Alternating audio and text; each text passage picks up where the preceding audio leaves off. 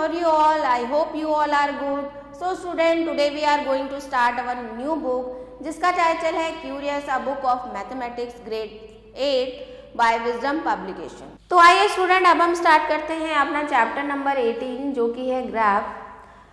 तो आप coordinate system and Cartesian plane के बारे में पढ़ेंगे। The position of a point in a plane can be denoted with reference to the axis system. It has a horizontal line x-ox also called x-axis and vertical line y-o-y called y-axis। मतलब ये x-axis होता है, ये y-axis होता है। ठीक है। The point of intersection of these two axes are called origin। जहाँ पर ये काटते हैं वो origin कहलाता है। ठीक है। तो the configuration so formed is called coordinate system। इसको coordinate बोला जाता है और कार्टेशियन प्लेन बोला जाता है। As you may observe, the plane is divided into 4 parts. Each of these part is termed as quadrant। आप जैसे हम ये करेंगे तो ये 4 पार्ट्स में डिवाइड हो जाता है। ये आपका फर्स्ट क्वाड्रेंट होता है, ये आपका सेकंड क्वाड्रेंट होता है, ये आपका थर्ड क्वाड्रेंट होता है और ये आपका फोर्थ क्वाड्रेंट होता है। ठीक है। The distance measure along OX and OY are taken as positive. OX और OY, अब देखिए यहाँ पर जो है सारे पॉजिटिव हैं।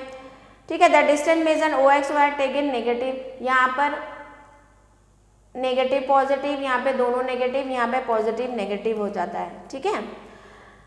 इसके बाद for any point on x axis its coordinate is 0, so the coordinate of any point x axis are x0। For example point 30, 70 etcetera line on x axis. For any point y axis its abscissa is 0, so the coordinate of any point y axis are 0 or y। For example point 0, 3, 0, -7 etc. lie on y axis। ठीक है। तो इस तरीके से आपको बताना है। आप देखिए एग्जाम्पल 2 देखिए। Using the convention of sign write the quadrant in which the following coordinators lie. तो कोऑर्डिनेट -4 और 4 लाई इन सेकेंड क्वाड्रेंट। ये दोनों पॉजिटिव किस में होते हैं? First quadrant. तीसरे में और 7 और -3 फोर्थ क्वाड्रेंट में होता है और D जो है कोऑर्डिनेट ये थर्ड क्वाड्रेंट में होता है। ठीक है। Mark the following points on the graph paper. अब जैसे यहाँ पर देखिए P -4 और 3 दे रखा है, तो -4 माइनस और प्लस किस में आता है? सेकेंड क्वाड्रेंट में। -4 यहाँ से काउंट करेंगे हम 1 2 3 4 और प्लस का 3 इधर होगा, -4 इधर होगा, तो -4 ये रहा ऊपर चला गया, प्लस का 3 इधर चला गया, तो यहाँ पर इसका पॉइंट हो गया। इस तरीके से इनको मिला देंगे। फिर नेक्स्ट है find the coordinates of the following points from the given graph, also name the quadrant in which they lie. The coordinates of A are 5 2 quadrant first. The coordinates of R are -2 quadrant second. The coordinates of L are -4 0 lies on x axis. The coordinates of M are -2 third quadrant. B जो है 0 3 ये y axis पे होता है। The coordinates of H are 2 -5। ठीक है। यहाँ पर ट्रू फॉल्स है, इसमें क्वाड्रेंट्स बताना है। ये आपका सेकंड क्वाड्रेंट में, ये भी सेकंड में, ये आपका फोर्थ क्वाड्रेंट में है, ये आपका सेकंड में है। ये सारे क्वाड्रेंट बनाने हैं। प्लॉट द फॉलोइंग पॉइंट और नंबर लाइन। नंबर लाइन में -3 शो करना है आपको। नंबर लाइन में -3 कैसे होता है? अभी तो आपने ये पढ़ा होगा। -3 जैसे ये 0 मान लिया तो माइनस आपका इधर से आता है -1 -2 -3 इस तरीके से। ठीक है। तो यहाँ पर इसकी एब्सिसा क्या है? यहाँ पर एब्सिसा क्या है? x है, यहाँ पर y है, इस तरीके से। फिर अगला है find the coordinates of the point P Q R S T L M from the following graphs.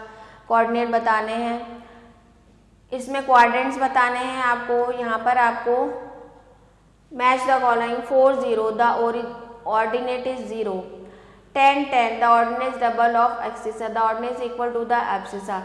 तो ये हो जाएगा। ठीक है। 4 0 द एब्सिसा इज 0। ठीक है। तो मैच कर देंगे इसमें। Right the following points in ordered pair. फिर एलजेब्रा एंड ग्राफ्स। एलजेब्रा कैसे शो करते हैं ग्राफ में? ये x है, ये y है, 0 0 1 4 2 8 3 2। ठीक है। तो आपको जैसे बता दिया गया to plot the graph on situation we name the coordinate as.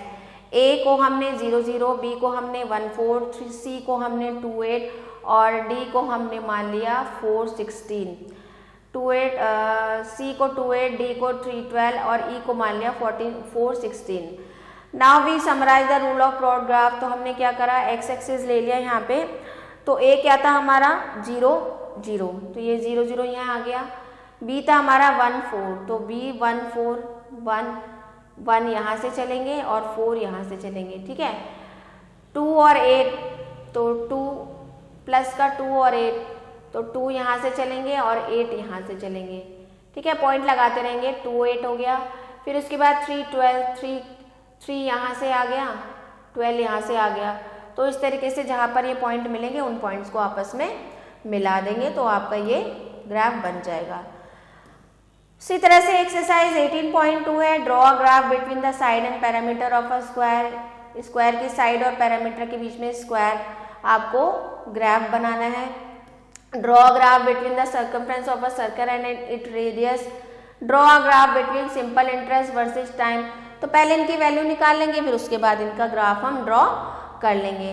फिर है making a tabular representation of value, draw graph to represent the following equation. Draw, इसको जो इक्वेशन है इनको ड्रॉ करते हुए हमको ग्राफ बनाना है। तो y बराबर 2x माइनस 1, तो यहाँ से हम कुछ भी वैल्यू पुट करके पहले x और y की वैल्यू निकाल लेंगे, उसके बाद इसका ग्राफ हम ड्रॉ कर लेंगे।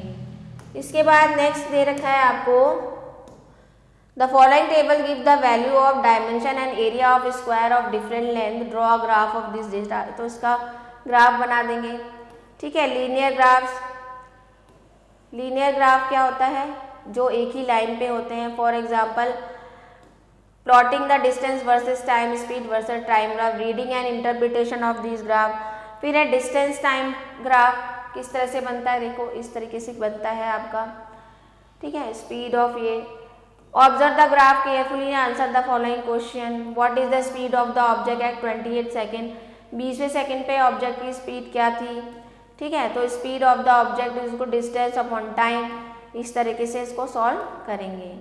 तो ये है आपका read the following distance time graph and car find the, तो इसको रीड करना है, डिस्टेंस निकालनी है, r to t की डिस्टेंस निकालनी है, r to t की डिस्टेंस निकालनी है, ठीक है। तो ये आपको इस तरीके से बार बार आपको रीड करना है और इन क्वेश्चंस को आपको सॉल्व करना है। तो ये आपकी एक्सरसाइज खत्म होगी। इसके बाद MCQs हैं।